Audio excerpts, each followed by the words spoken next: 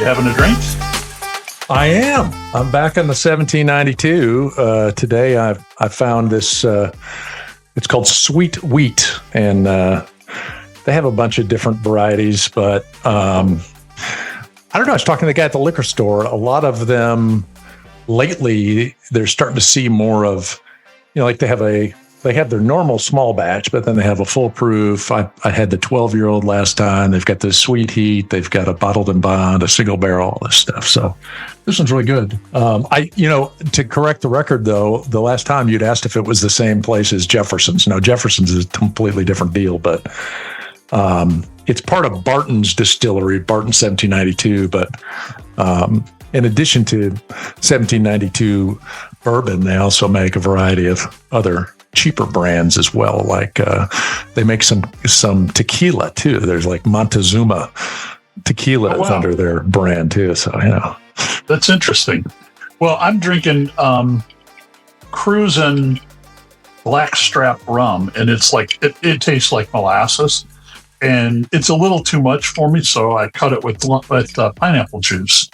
But Cruisin' rum is across the board really cheap, and I think every bit the equivalent of Bacardi, at least. It's not something fancy, but if you're looking for something to make drinks with, they run it on special at our store. The gold is like $11 for a liter.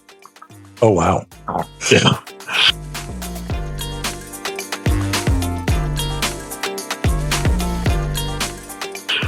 Well, you mentioned maybe a topic of the day. We got two candidates. It's after Labor Day. It's the traditional home stretch. Early voting is starting in some places. What do these two candidates need to do to win? Yeah, it'll be fun to watch to see how this plays out. I was talking about it with a colleague at work the other day, and we don't typically get into, we usually steer clear of politics at work, but we didn't really get into like what do you think about this person, that person, but kind of more objectively thinking about the upcoming debate. And, his take was kind of funny to me because he was like, Trump's not going to screw it up by saying something crazy. He's already said every crazy possible thing that anybody could ever say.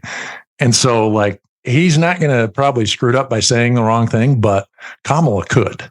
Because I think the challenge with her is she hasn't spent much time in in that kind of spontaneous environment like a debate stage, at least not since the last go round, and it didn't fare well for her last time. So it's kind of I think for them there's a lot at stake.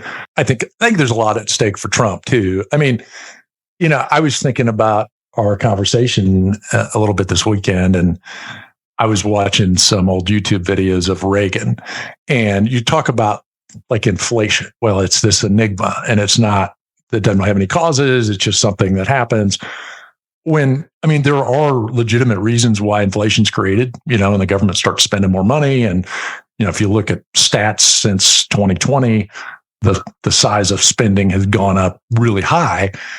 And I thought Reagan had a good way of being able to, he was explaining inflation. He's like, when there's more money supply, the money's worth less, but he said it in such a way, like my fifth grader could understand it, but it also didn't sound stupid to me. My fear with Trump, I like his policies because I think they will help, but where I get frustrated with him is he's not somebody like that who can explain it.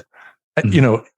I think he's got the right policy, but I don't think he's very good at explaining the policy. That then, to me, creates more of a void where somebody like, I don't think Kamala Harris is going to explain it either, but she doesn't have to, because if he's not articulate in telling the story, she doesn't have to refute it. She can just deflect, and that's, I think, the frustration really for me with both candidates is like, there are real issues, but I don't think anybody's really going to talk about the real issues. Right. Very few points for real issues in the world right now. I think I was thinking about the topic from a, kind of game theory and strategy approach. And, big picture, she's not going to win over a hardcore Trump supporter and vice versa. Like, this is just not going to happen. In fact, I don't know that anybody is really truly persuadable. I saw one of the, I don't know if it was CNN or what, a couple of weeks ago had a panel of undecided voters after the convention. I got to say, you look at these people and I mean, talk about the low information voter, I mean, if you're really like, what's wrong with you? If it's just like, well, I'm kind of going both ways on this. So I think what it really boils down to is probably like turnout as much as anything. Yeah. And enthusiasm. Yeah, same thing. I was going to say the same thing. And I think Trump's issue, like you say, I mean, it's not, he's going to say something outrageous. In fact, I think he's probably got a list of outrageous things already lined up that he's planning to say. I think the risk is like if it's his game and he's doing that and he's throwing out annoying ideas and just being a provocateur, then he's fine. But I do think if she gets under his skin, and he gets mad because he's not, like, to your point, there's not lurking behind that, I think, a really crisp, articulate vision. And so if she can make him mad and get him going super personal, it's only going to reinforce the people that are like, I think there are people that are like you that like the policies. I think we could dig on that a little bit more because he's all over the map on stuff. But people that are like, indifferent at best about him personally, but clearly more aligned with the platform. And I think that there's a possibility of just really like checking those people out, just shutting those people down. And if they don't vote, then that's a pretty big deal. Yeah.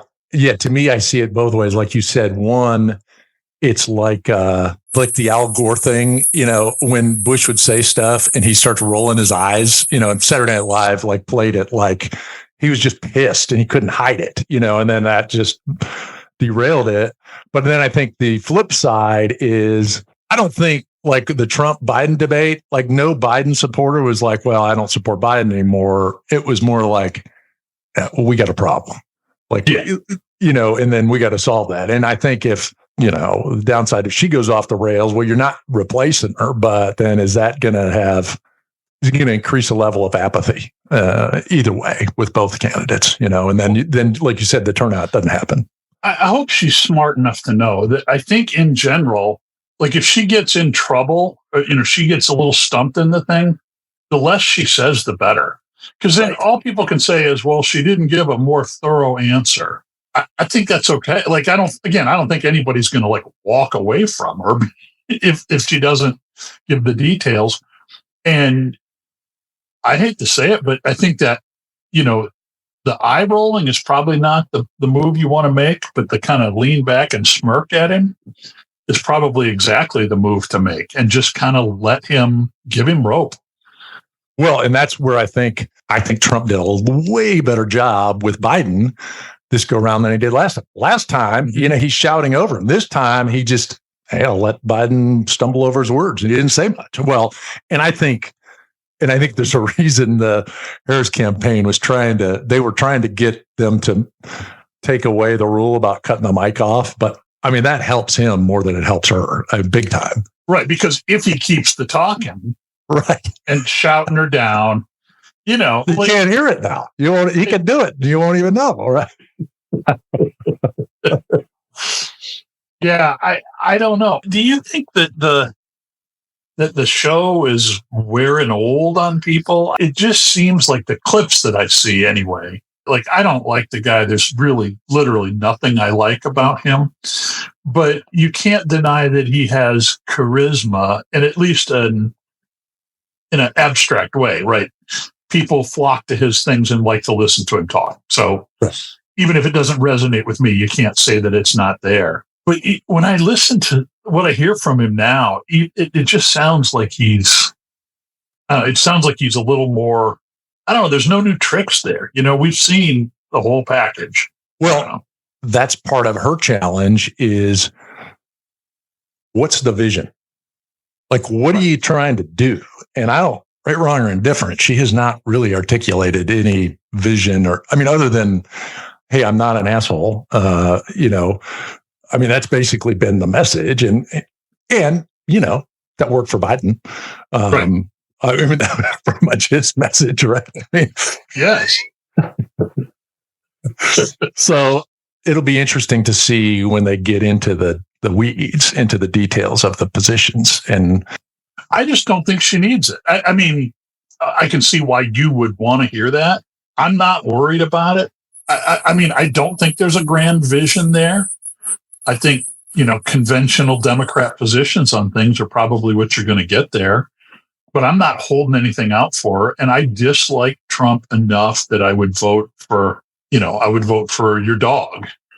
And right. So I'm not joking, literally. Like, I don't care what she stands for. And right. I say that and I'm a little embarrassed by that I don't care. But really, without overplaying the existential threat to democracy, I really do think I'm that opposed personally to Trump that because honestly, the policy differences, you talk about inflation and spending since 2020, but what was spending like under Trump's administration? If you look at the graph, it was nothing. It is interesting. I pulled up a Statistica calculation. It's really not so much spending. It's spending. It's the Federal Reserve balance sheet from literally March of 2020. It more than doubles what it was previously. And that's that, like the total balance of everything in circulation. They're printing money and buying securities. Those are fiscal policies. Now, the flip side of that is you say if they hadn't done that, the economy wouldn't be in the place it is. And you think about, well, hey, the stock market's taken off. Well, yeah, the stock market's taken off because they're buying up securities with cash that they've printed. But that's also meeting more money in the cycle, and everything's going to cost more. It's not like a unexplainable phenomenon. Right. Right. But that's part of why I feel like if he could be more succinct with his words, if he could be more succinct with his words and make it more fact-based and less opinion-based or less personality-based, I think he could hammer a nail in the coffin. But I don't hold out a lot of hope he will, because he's not a good communicator. So we're not going to get that, I'll say this, though. One of the things that I think has been interesting about the fundamental shift in the Republican Party and the entry of the MAGA crowd, however you want to define that. But you yourself have acknowledged that there's been a pretty big demographic shift in the overall Republican voter over the last, 8-10 years. And a lot of blue collar voters Trump has brought into the Republican Party. I guess my thought is that, I don't want to put words in your mouth, but your hypothesis is basically that he's got his policy approach is a winning message. He just needs to communicate it better. I'm not sure that his message is a winning message with that audience, and maybe that he's not articulate is a benefit to him. And more than him, because I don't think he's got, he's real eclectic. He does the populist thing. He does the tariff thing, things that are not conventionally conservative Republican approaches to things. So I don't know. Some of that is like, it's a mixed bag. I'm not sure people would buy it if they knew what they were getting. I think in some ways the rambling and the personal insults, rather than talking about that, that's what people like. And he's got to do that, because if he laid it all out exactly what we're planning to do, I'm not sure people would go for it. But if they do the things they did before, like the border. Now, whether or not you think illegal immigration is a good thing or a bad thing, the stats don't lie. Right. It has been, millions, and disparity. And he had specific things that he did that worked that were all dismantled. It's not like, it's just because they walked in and the attitude was different. But so what about the policies? what about the bipartisan bill to fix the border? Yeah, but okay, so that's an interesting thought. It wasn't really going to fix the border. It was going. I mean, it wasn't going to stop immigration. All it was going to put limits on it, but it was going to still be a tremendously larger number of people being let in than were let in before. All they were doing is metering the flow, but it wasn't a fix to immigration. It was simply a Band-Aid to. They weren't going to stop illegal immigration. They weren't going to do some of the things that worked before. They literally had like a quota limit of like, instead of X million, maybe less million number of people coming across the border. But it was like I don't know. What I read of it, it was not a fix. It was more of a window dressing. And I think that was where a lot of the disagreement was. Yeah. Well, I guess I'm just saying it was apparently good enough for Republican leadership in both the Senate and the House to advance it until Trump said kill it. So, I mean, I don't know. And I will concede that the border is clearly, that's one where, again, whether I think he's right or wrong, I think that a strong border position resonates with people. I'll grant you that. I don't know if you saw last week, she had a campaign commercial where she's showing a border wall that was constructed by Trump. So I thought that was very ironic. But I mean, and I know that you think that a corporate income tax rate is a good thing. Actually, I'm probably closer to that than a lot of Democrats, but I don't know that rank and file working class people, they understand exactly what that's about, whether that's something that, I don't know that articulate explanation of that would be winning for people. I think rank and file people that work at companies realize they work for a company. And when corporate tax rates go down and companies have more money and are more successful, they generally hire more people. When sales go down and they don't have the resources to do the things they need to do, people get laid off. I mean, I don't think, I don't think that takes a MBA to figure out. I think a lot of people that work for companies understand that concept. How much of the savings that companies had was reinvested into growth, and how much was jacked into stock buybacks, and how much was passed over as dividends? Because those are different things. Yeah, okay, but I mean, companies are in business to make money and be successful. If there's limits put on those companies to be successful, the people that are going to get, certainly you can make the argument that the people that are going to benefit from windfalls, the guy making $20 an hour is less to benefit.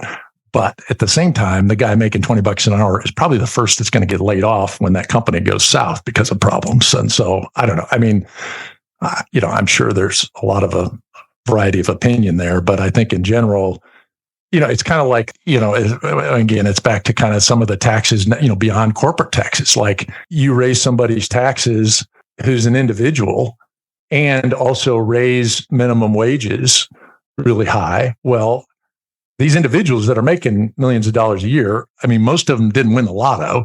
Most of them have a business and they're putting their business on their income tax. And now if I got to pay more taxes and I'm less profitable and I got to pay workers more, guess what? There's going to be less workers. It's like, again, I think it goes back to that conversation we had the last time where I think we both want everybody to be able to succeed and do well. Right. But how do you get there? Yeah. I think the left side is we need to give people more. I think the right side is like, no, we need to fire up the economy and make companies healthy and get them hiring more people, and more people make money together. So just for the record, I don't completely disagree with what you're saying. And wasn't really thinking about arguing this on the merits. I'm just going to say that I think that at a minimum, cut corporate income tax rates is good for me as a blue collar guy. It's at least a couple of steps of logic that I'm not sure everybody gets. And I'm not sure that a straightforward portrayal of that is necessarily a win, because it does require some, a couple of orders of explanation. Back to kind of your point, does Kamala need to articulate something, or does she not? Because if you articulate a vision, you know that a lot of the people in the middle aren't going to like it. Anything that she would say that would avoid civil war in the Democrat Party. I think this is the issue. I think this is what's so weird. Talk about polarization, and it really is partisans polarized against partisans. The parties have very different viewpoints. I do think there is a huge group of people in the middle who are moderate, who are genuinely moderate, and they don't talk about it much. A lot of times they don't vote now because they just tune out the noise. They can't stand that. Like, I find this whole thing interesting, but a lot of people don't. They just, they hate it. And they want a good economy and they want a secure border. They probably don't want to just roll over to Russia. I'm not trying to drag that. I mean, like, they're probably pretty moderate. They probably don't think that it ought to be, abortion at every street corner, drive-throughs. At the same time, they probably are not in favor of a 6-week ban. And like, you've got a huge number of people in the middle. And I think Trump's well-defined, Kamala's not. I'm not sure becoming better defined is a win for her. Yeah, I think, that makes sense. Where I think she's got to avoid, though, and where she struggles is you don't want a soundbite that's going to get played over of her, trying to explain what artificial intelligence is. That's right. That's where she's got to navigate. Like, okay, maybe she's not going to articulate some profound position, but don't come off sounding repetitive and, kind of weird as a result. Yeah, no, totally agree. That's why, I don't know, she was a prosecutor. Maybe they didn't say, one word, yes, no answers. Yeah. I plead the fifth. Yes. Okay. The interviewer asks, do you have a vision for how we should handle immigration in this country? Yes, I do.